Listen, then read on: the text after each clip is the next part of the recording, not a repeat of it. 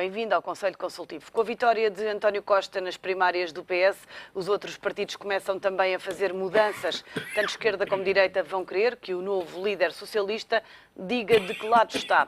Para já, António Costa tem a tarefa de unir o partido e para isso dá 1/3 dos lugares nos órgãos do PS a apoiantes de António José Seguro.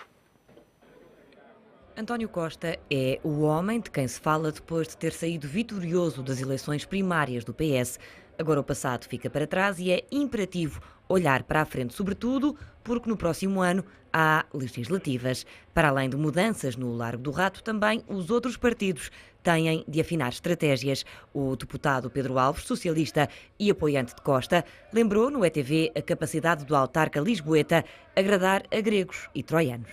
A partir do momento em que temos uma liderança com uma força que, enfim, na minha opinião, não tínhamos antes, obviamente torna-se mais fácil ter uma posição de força também no diálogo à esquerda e à direita. E António Costa, por outro lado, sempre foi revelador de uma capacidade de, no fundo, disputar eleitorados à sua esquerda e à sua direita, de ter uma capacidade agregadora e mobilizadora maior, mesmo no plano eleitoral, o que também o torna, enfim, por um lado, mais perigoso, se quisermos, na relação com os outros partidos e também suscetível de persuadir e de chegar a consensos. António Costa é um adversário temido à esquerda e à direita e, se chegar a primeiro-ministro, terá de negociar e, sobretudo, escolher com quem fazer os acordos de regime. Mas para o PSD, o diálogo tem de começar já. O PS tem que falar com a maioria e tem que estabelecer acordos, nomeadamente na visão estratégica de Portugal lá fora, isto é, na sua política externa, mas também em problemas candentes que existem cá.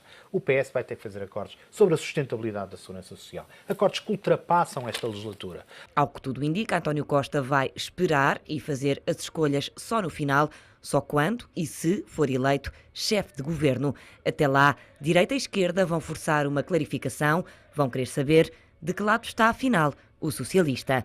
Mas, para já, o trabalho de António Costa é unir o PS e, para alcançar esse objetivo, já garantiu que 1/3 dos lugares nos órgãos vão pertencer a apoiantes de António José Seguro. António Costa construirá a sua equipa com pessoas que estiveram no passado, com pessoas que vão estar no futuro e também não fechando as portas a pessoas que estiveram com António José Seguro. O caminho da unidade também se faz por aí mesmo.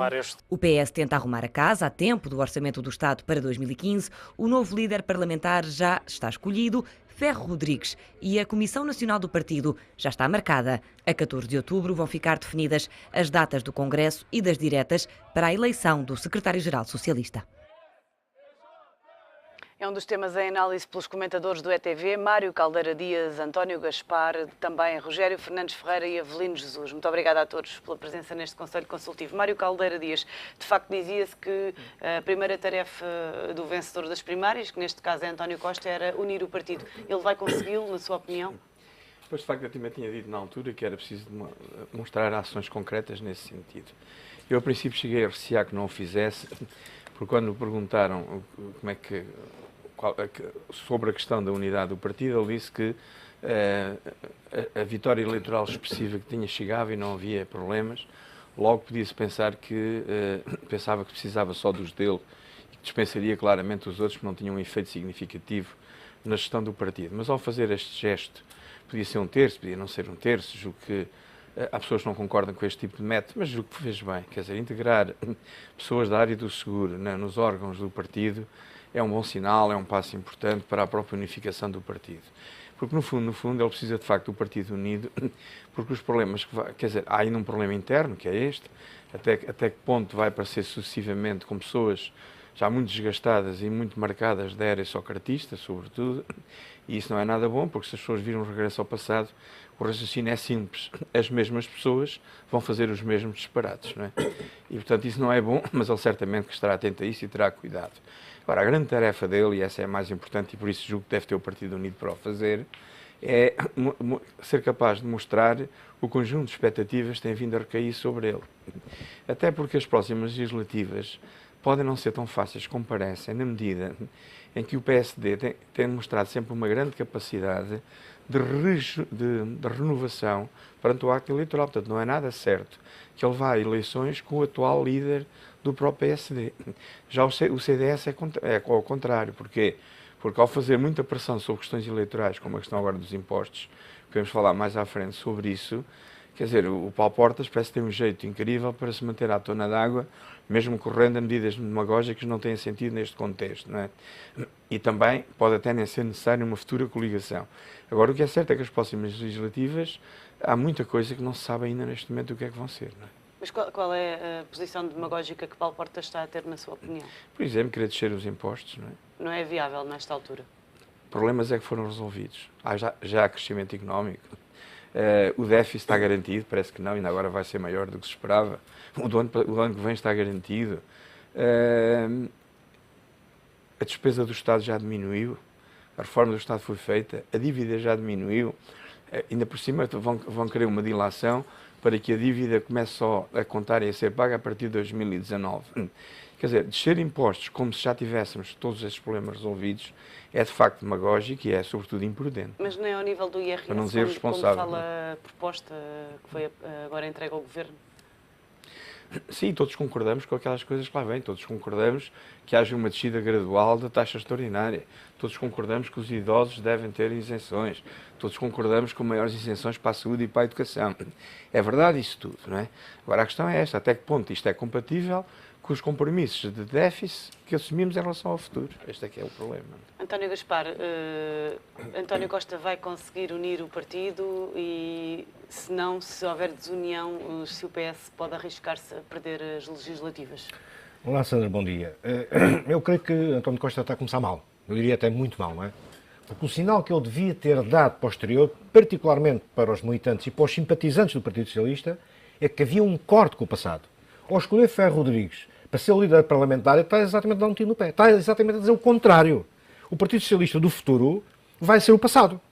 Portanto, o Partido Socialista, a meu ver, só terá, digamos, garantia de que poderá vencer as eleições, nunca com uma maioria absoluta, evidentemente, não é? Mas poderá vencer as eleições, se neste espaço de tempo de um ano que vai até às eleições, António Costa for capaz de dar uma cambalhota e passar por cima, digamos, daqueles clientes que ele tem à volta, não é? Clientes que a maior parte deles ele vai ter que satisfazer, ou que potencialmente iria ter que satisfazer, que têm a ver com o passado. Dar essa cambalhota, dar esse salto e, digamos, numa posição de 180 graus, dirigir o partido a partir daí. Portanto, eu acho que, além de ser contraproducente esta imagem que ele está a dar, denota, e aí eu admiro-me bastante, porque eu tinha o António Costa, digamos, em termos de medida, numa bitola distinta, muito pouco inteligente. Porque as pessoas, digamos, os votantes, os simpatizantes, os militantes do Partido Socialista, não querem mais do mesmo. Querem ver caras novas, querem ver pessoas competentes e mais. Não nos podemos esquecer que a maior parte dos votantes, agora nas primárias, não foram militantes. Foram simpatizantes.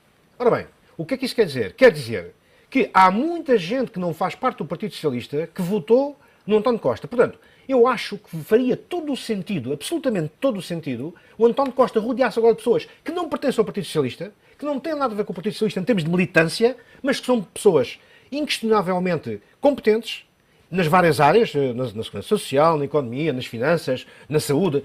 Porque temos muita gente competente em Portugal que se calhar que estão disponíveis, não estão todos, obviamente, mas muitos estão disponíveis para ajudar o país, que não têm a ver, em termos de militância, com o Partido Socialista, que poderão até ter alguma simpatia, mas não a suficiente para terem de votar agora, quando forem as eleições primárias. Mas, portanto, quer dizer, essa abertura que Costa deu ao exterior do próprio partido, aceitando votos de pessoas que não são militantes, eu acho que ele deve seguir esse caminho e deve escolher essas pessoas que estão fora da esfera do partido, pessoas com provas dadas, pessoas com competência e qualificações à prova de qualquer intrusão, não é? E escolher aí, de facto, o elenco que o pode ajudar a ganhar as eleições. Aí sim é uma aposta inteligente. O que ele está agora a fazer demonstra, para já, um compromisso férreo com o passado e uma falta de inteligência atroz. Rogério Nos Fernandes. dois sentidos. Sim, pois. Exatamente. Rogério Fernandes Ferreira partilha desta opinião? Eu acho que o António Costa vai ser um António Costa diferente do que foi até aqui. Por uma razão simples, é que o objetivo dele neste momento, até este momento, foi conquistar o PS, a partir deste momento vai ter que conquistar o país. Portanto, há de facto aqui duas fases no António Costa. Vai ter que se concentrar nos problemas do país. Claro, e portanto provavelmente vai mudar, porque esta capacidade que foi aqui salientada na peça anterior, da capacidade de diálogo à esquerda e à direita, neste momento acho que provavelmente se vai ligar mais à direita, provavelmente, do que à esquerda. Se pensar, pelo menos como eu penso, quer dizer, que o país precisa de um consenso nacional alargado que permita fazer as reformas estruturais que não têm sido conseguidas fazer. Até nessa matéria, António Costa não tem dito grande coisa. Não se tem querido comprometer também nessa matéria. Não foi ainda um momento oportuno. Estamos muito perto das eleições primárias e, portanto, tem muito tempo para o fazer e este não é o momento certo para o fazer. Portanto, nesse aspecto, compreendo perfeitamente esta atitude. Avelino Jesus. Eu não estou de acordo com aquilo que o António disse, nomeadamente quando ele diz que os eleitores que votaram no Costa querem caras novas. As caras novas estavam do lado do seguro, não é? E, portanto, ao escolherem o António Costa, provavelmente procuraram outra coisa que não caras novas. Do meu ponto de vista, procuraram o poder. Portanto, a personalidade que lhes dava mais garantias de chegar mais rapidamente ao poder. Por outro lado, eu julgo que o António Costa deu um mau sinal, que algumas pessoas referiram, outras tentam ter para baixo do tapete, foi a não referência ao António Seguro, não é? Eu julgo que foi uma falta de educação e, portanto, muita gente diz, bom, isso é uma questão, é um proforma, é uma formalidade. Certo, mas se calhar é um ponto mas contra, é uma formalidade que ninguém daria importância se ele tivesse feito uma referência, mas que é significativo o facto de não fazer essa referência. Sobretudo para quem tem a tarefa de unir o partido. Exatamente, e portanto não sabemos, portanto há um sinal positivo que foi referido, que foi o facto de, portanto, um terço das pessoas agora nomeadas, portanto, serem da linha do seguro. Portanto, isso é positivo, mas o sinal anterior eu julgo que é preocupante e, portanto, não deixa bons sinais. Essa é uma tentativa para colmatar a não referência a António José Seguro no discurso da vitória, ou não tem, não tem a ver com isso? Quer dizer, eu julgo que a tradição no Partido Socialista, portanto, não só a referência, digamos, ao vencido, não é? Como depois compor, digamos, as novas estruturas partidárias com uma parte significativa de membros, digamos, da oposição, entre aspas, não é? Portanto, eu julgo que aí não há nada de novo e, portanto, segue a tradição que o Partido Socialista julgo que tem seguido. Quais são os maiores desafios de António Costa, Mário Caldeira Dias? É aquilo que eles próprios disseram, é o crescimento económico, sobretudo. E ainda por cima com uma grande dificuldade, porque o crescimento económico não é daquelas coisas que se decreta, nem são coisas que se possam conseguir a curto prazo. Portanto, envolvem estratégias e capacidade de intervenção, condicionar a economia no bom sentido, mas é óbvio que o Governo não pode fazer tudo sozinho. Os agentes económicos também têm o seu papel, o nosso enquadramento na economia europeia e na economia mundial, as importações, a competitividade, as novas tecnologias. Portanto, todos os políticos gostam de referir que a primeira prioridade é o crescimento económico como forma ou como base fundamental do crescimento do emprego, isso é verdade, só que o crescimento económico pode-se fazer alguma coisa por ele, mas nunca se pode dar a garantia que vamos conseguir um crescimento económico sustentável, não é? Que no fundo é isso que precisamos, porque todos os problemas que temos agora são mais facilmente resolúveis desde que haja crescimento económico, não é? Agora, esse é o grande desafio, é recuperar a economia e criar novas condições para que os equilíbrios sociais sejam conseguidos. Mas isso não é de facto fácil, não é de facto fácil, embora também saibamos que há coisas que o Governo pode fazer, como por exemplo a questão dos impostos, da carga fiscal. Mas a carga fiscal só pode ser diminuída com o crescimento económico também, não pode ser diminuída por razões meramente políticas. É o problema, pouca gente fala do déficit externo, como eu tenho vindo sempre a falar, quer dizer, o déficit externo está outra vez aí, não é? Está outra vez aí, como prova da nossa falta de competitividade externa. Estaremos a perder cota de mercado em alguns setores de atividade. Então, todas essas coisas, o envelhecimento da população, os problemas da educação, os problemas da área da saúde, e já que fala em são desafios monstruosos. E já que falei em déficit, ficámos a saber esta semana que o déficit deste ano sobe para 4,8%, mas a Ministra das Finanças diz que não obriga mais à austeridade e que não é motivo de preocupações. Partilha desta opinião? Quer dizer, se ela conseguir se negociar, e provavelmente já terá o agreemento dos seus colegas de Bruxelas, que não obriguem a tomar medidas excepcionais por facto do déficit ter ultrapassado a meta prevista, mas mais déficit significa necessariamente mais dívida e significa que se torna a meta do ano que vem se vai tornar mais difícil. Porquê? Portanto, pelo menos coloca mais pressão em 2015. Porque o ponto de partida é mais baixo e vai colocar mais pressão. Portanto, a subida do déficit, para além daquilo que estava previsto, nunca é um bom sinal, não é? Além disso, há outras tais Mesmo que despesas... seja devido às novas regras. E há despesas que não vão contar aparentemente para o déficit, são despesas extraordinárias, mas essas despesas são ónus na mesma, são dívidas, são compromissos para o futuro, que normalmente recaem sobre o contribuinte. Portanto, eu sinceramente, é bom que não tenhamos que fazer mais austeridade, mas a simples situação de haver um déficit maior que o que estava previsto, em si, não é bom. Quer dizer, isto não é bom. E isto coloca mais pressão em 2015, como se dizia, e com a agravante que para o ano o déficit tem uma meta de 2,5%. É verdade. Deixe-me só fazer uma apostilha relativamente àquilo que o Avelino disse, porque de facto são duas coisas diferentes, não é? Escolher entre Costa e Seguro, eu acho que as pessoas escolheram... Eu escolheria Costa, eu escolheria Costa sem qualquer dúvida, porque acho que Costa tem mais possibilidades de ganhar o poder do que tem Seguro. Mas Costa não se comprometeu até ser escolhido com o passado, quer dizer, explicitamente, não é? Ele começou-se a comprometer com o passado no dia a seguir, quando escolheu Ferro Rodrigues. Portanto, há duas coisas distintas, percebe? Portanto, talvez eu não tivesse explicado bem relativamente daí esta apostilha. Bom, relativamente a essa matéria, exatamente, sobe, é evidente que sim, porque nós vamos ter, penso que um ano, à mesma difícil o ano que vem, não é? Não vejo as reformas estruturais que a economia portuguesa necessita, sobretudo para diminuir a despesa, não é? Não vejo, e em ano de eleições nós sabemos que é completamente, quase que impossível, qualquer governo que se quer manter, fazer uma aposta, portanto, em que vá contrariar grandes grupos e grandes interesses sociais, portanto, na economia portuguesa, portanto, sobretudo por parte dos funcionários públicos e aquejantes, não é? Portanto, não vejo que haja uma contração da despesa. A receita não vejo que vai subir muito mais porque os impostos, e pelo menos pelo que têm dito, os impostos não vão aumentar. Atenção, não falam na carga fiscal, falam nos impostos. A carga fiscal acho que se vai manter a mesma, não é? Se bem que poderão fazer um bocadinho um corte na SES, passar para 2,75 ou 2 qualquer coisa, mas depois há um imposto verde, há outro imposto qualquer que vai comatar aquilo, portanto a carga fiscal mantém-se na mesma.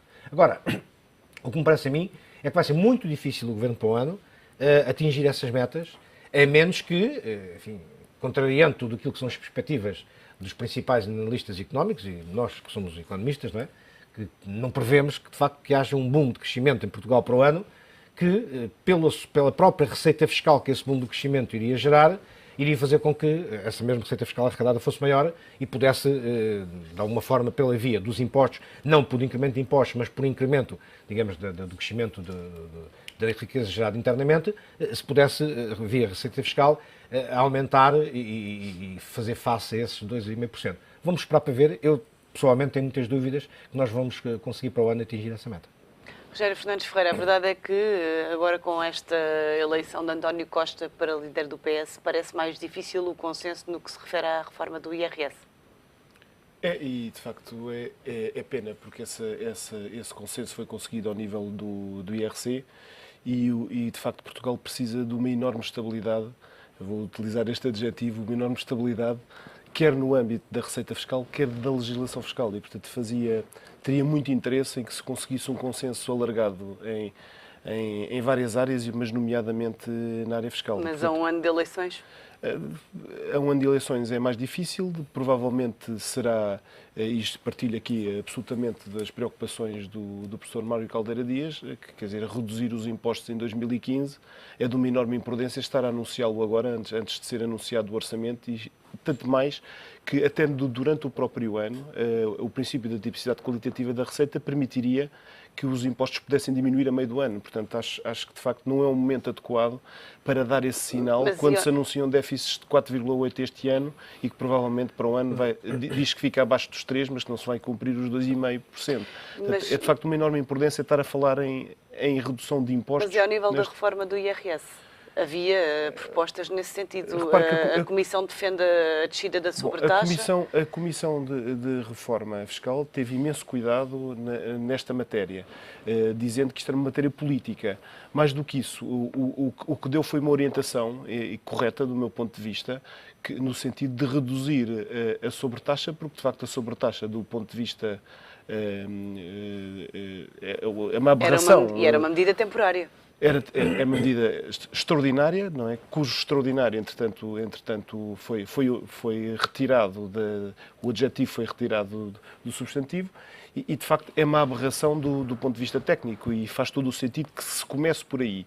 Mas, de facto, a Comissão de Reforma nunca a vi dizer que aconselha a eliminação ou a redução da sobretaxa, nomeadamente para 2015, deixou sempre essa margem de decisão, obviamente, para Enfim, não definiu o limite temporal. Com certeza que não. Portanto, deu uma orientação, quando fosse possível, que isso se fizesse. Provavelmente não será possível em 2015, é esta a questão. Avelino Jesus, falamos aqui da pressão em relação a 2015, meta do déficit de 2,5%, e a juntar a tudo isto aquilo que tudo indica que será a inflexibilidade de Bruxelas para baixar esta meta. Eu não estou convencido que haja inflexibilidade de Bruxelas. Portanto, o regime orçamental da União Europeia, portanto, é suficientemente flexível, não é? E, por tradição, a flexibilidade aumenta para os países que entram em processos eleitorais. Essa é também uma regra, se nós olharmos para a evolução, portanto, das negociações que se fazem, e, portanto, ano a ano, e nota-se claramente que, portanto, o Conselho é muito flexível e portanto, é muito receptivo portanto, a flexibilidade dessa natureza. Portanto, a mim não me admira nada que haja de facto uma flexibilização para quanto, por exemplo? Isso é muito difícil estar agora a apresentar. Mas abaixo dos 3%, portanto. Sim, claramente. Eu julgo que sim. Não é? Desde que, repare, que no fundo, essa flexibilização em período eleitoral tem que ser suficientemente forte para, digamos, para dar margem ao governo que está incumbente, portanto, de ter alguma influência, portanto, sobre os resultados eleitorais. Eu julgo que isso é normal, não é? É normal que isso aconteça e, portanto, é o pão nosso de cada dia, digamos, na nossa... na União Europeia. Não é? A verdade é que Bruxelas não ficou muito satisfeita com a subida do salário mínimo nacional em Portugal, porque parece-lhe a Bruxelas que o governo está a mudar um bocadinho a estratégia e está a aliviar. Sim, mas eu penso que isso foi um comentário do funcionário de serviço, quer dizer, não é uma posição propriamente, digamos, de um órgão responsável, portanto... Há aqueles comentários que se vão fazendo, digamos, no dia a dia, portanto, não me parece que seja significativo. Gostava de vos ouvir também sobre a possibilidade de eleições antecipadas em 2015, sim ou não, Mário Caldeira Dias? É provável, mas se houver algumas circunstâncias que assim o aconselhem, ou que torna a situação um certo apodrecimento e a degradar-se, não é? Porque, em geral, aquilo que toda a gente parte do princípio é que o Presidente da República vai resistir e vai tentar manter o período normal da legislatura. Mas mesmo pondo em risco a execução do orçamento do ano seguinte? A entrada em vigor, etc? Não parece que sentem risco. Já há muitos casos em Portugal que as eleições foram nessa altura e depois há sempre mecanismos que assegurem que na altura própria, com algum atraso, também é preciso ver que há mecanismos que suportam esse atraso, como os do décimos e coisas que o valham. Portanto, há soluções para isso. E como já aconteceu no passado, não parece que isso seja um problema sério, não é? O problema sério que pode haver é uma degradação, por exemplo, quer da situação política, quer das relações na coligação, porque esta questão dos impostos, segundo algumas notícias que foram surgindo hoje, estão a causar grandes fricções entre o CDS e o PSD, porque o PSD, por exemplo, não gosta que o CDS fale em público tantas vezes nisso, não é? Mas não tem que se estranhar porque isso faz parte da estratégia. Ou seja, se houver uma descida dos impostos, o CDS quer aparecer como o pai dessa descida. E, portanto, vai fazer tudo para que isso conste, não é? E isso vai causar algum mal-estar na coligação, poderá haver outros casos que o venham então a causar. Portanto, perante uma degradação acentuada e visível da situação política, o Presidente não poderá fazer outra coisa. Mas se ela estiver dentro daqueles parâmetros que, enfim, suportáveis, o Presidente vai marcar as eleições no fim do período da legislatura. António Gaspar, rapidamente. Não, rapidamente, parece-me que só existiram eleições antecipadas se houver uma crise grave da coligação. Cavaco Silva já disse por variedíssimas vezes que Portugal tem que ser visto na Europa como um país normal. E um país normal para ele é um país que tem um governo que chega ao fim, digamos, do seu mandato que foi investido pelo voto popular. Portanto, o Presidente da República vai se bater a 7 pés para que isso não aconteça. Agora, perante uma situação grave, eu diria até gravíssima, de desentendimento na coligação, então o Presidente da República não terá outra alternativa. Caso isso não aconteça, ele vai manter-se, digamos, e vai marcar eleições que têm que ser marcadas para outro ano que vem. Rogério Fernandes Ferreira. Eu acho que se tem que cumprir as legislaturas em Portugal. Quer dizer, isto não tem acontecido, infelizmente, ou tem acontecido poucas vezes. Começa a ser recorrente, é isso? Começa a ser recorrente e é preciso cumprir rotinas. Os portugueses têm que começar a cumprir regras e esta é uma delas, quer dizer, cumprir a legislatura acho uma coisa normal. Se houver necessidade, o Presidente da República pode fazê-lo, desde que haja também consenso entre os partidos, portanto, não vejo que o problema se deva discutir agora também. Avelino Jesus.